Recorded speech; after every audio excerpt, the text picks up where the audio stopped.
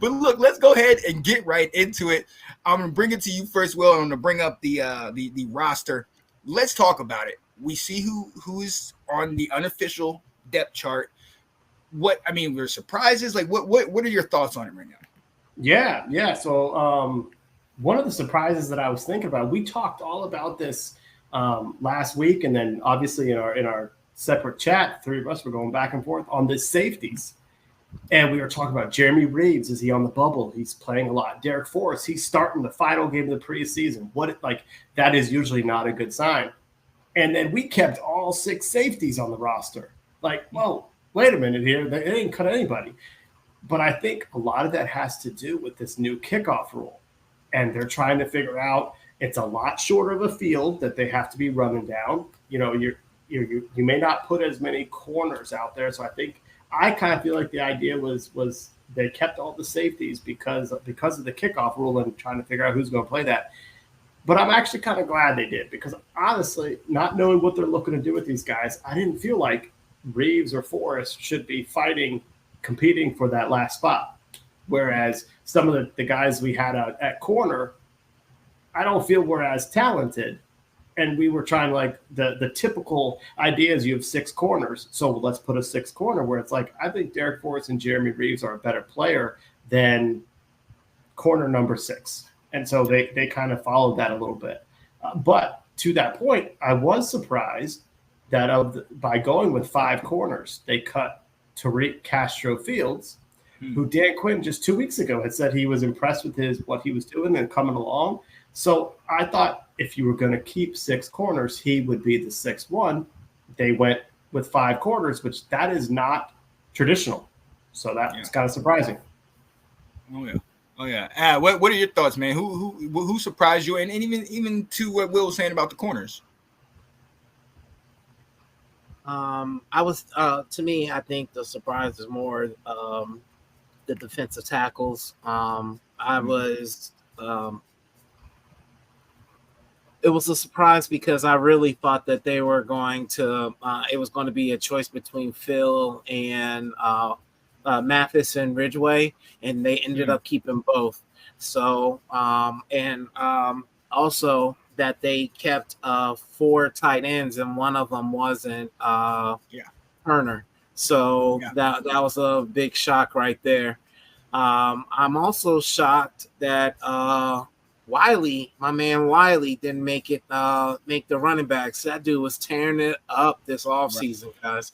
So that's what really shocked me the most, I think, was the running back position and Wiley not making the 53. Oh yeah. No, and I got to piggyback on you with the running back. Of course.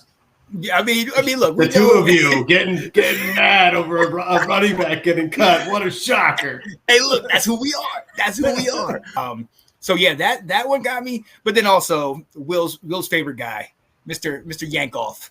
All right, like you know what, Colson Yankoff is going to be the next Kyle Juszczyk out of San Francisco. He's this like do it all type fullback, tight end type player. But you know what's interesting? They kept Yankoff. They kept Tyler Owens, who had impressed all training camp. Yes. Those were 2 undrafted players, and they stuck by their word when they said we're going for guys that are going to work their tail off, compete, be physical. You know, and they're looking for, you know, when you're talking about some of the last roster spots, they're looking for guys to help set a culture, and it says something if you're going to cut a 3rd-year tight end who year in, year out impresses in training camp and keep an undrafted tight end that no one has heard of. Yeah. I do also want to look somewhere else. One of the people that got cut was Martavius Bryant. And if we look in, you know, all the fan pages and all that, I mean, there's some pretty interesting reactions. There's a lot of people that are connected to this guy, and they really wanted him on there. Ab, I know you had talked to us about, you know, kind of rooting for him. I mean, he was a stud when he was playing before, obviously, everything went out. But yeah, go ahead. He had the height, he had the speed, he had the strength. Mm-hmm. Like the man was like that. And like you said, I was rooting for him. But I think but to be real though, he kind of started at a handicap. He came late. Like they didn't put him on into camp weeks after it started. So that was an issue already. And then it was like they were just trying to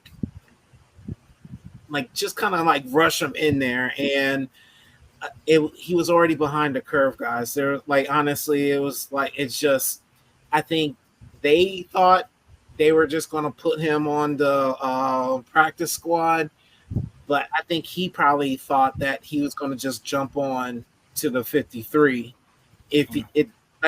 They probably told him, you show out good and you show that you're about the team and you do good in this last preseason game, then yeah, we'll put you on the 53. And he did that. Yeah. And he still didn't make it. I think they knew the whole time that it was an uphill battle. And I mean, and there's already news going out saying that he's not going to come to our practice squad. So good luck to him. Yeah. I think that's disappointing. I'm with you, Ab. Whether he made the 53, which he was on my 53, so that was one of my first misses. So I wasn't thrilled about that.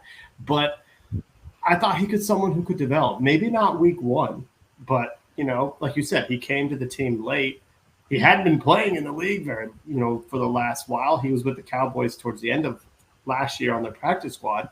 But I thought he was something we didn't have. And I thought that would be important for the roster. So I kind of was like, when they cut him, I was disappointed as well. And then the stories of not being interested in signing with the practice squad right now are even more disappointing because I thought, he could be someone that gets brought in throughout the season. Mm-hmm. Yeah. Dun, dun, dun, dun, dun, dun, dun, dun. Let's go. The Washington Commanders